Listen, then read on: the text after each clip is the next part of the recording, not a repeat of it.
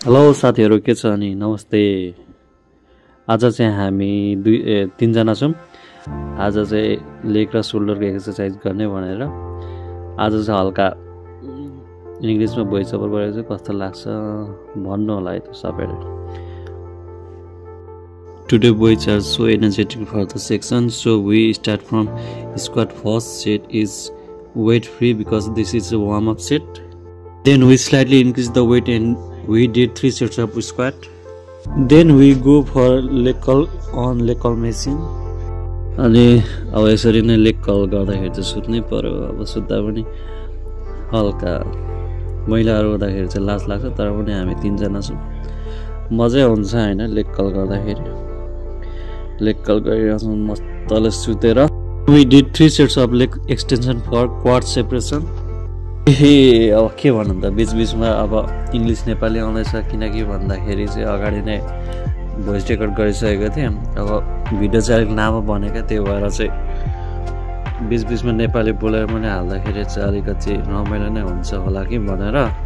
केटाहरु हल्का यहाँ काला काला देखिए पनि म चाहिँ यहाँ सेतो देखेर हल्का रमाइलो लाग्यो। Lastly, calf raises for the calf on machine. के भन्नु यसरी बट्टारेको खुट्टा देख्यो भने चाहिँ अब सानैदेखि बढ्दिनस् भन्थे। अब त्यहाँदेखि मेरो जब सुने यसरी त्यहाँदेखि मेरो हाइट पनि बढेकै छैन। अब के भन्नु त साथी, केटाहरु पनि हल्का माछा मार्ने जस्तो देखे पनि अब दिइराछन्, मज्जाले दिइराछन् एक्सरसाइज सँगसँगै गरिहाल्छ। केटाहरु पनि बलियो भइराछ। लगातार यसरी नै एक्सरसाइज चलिरहन्छ। केटाहरु मरे भन्दै थियो तर पनि मैले मस्त हनाए केटाहरुलाई एक्सरसाइज आज चाहिँ दिनभरि। So leg is finished, so we go for shoulder. So we warm up our shoulder on our shoulder press machine. We did 3 sets of shoulder press on shoulder press machine and we slightly increase the weight and weight should be progressive.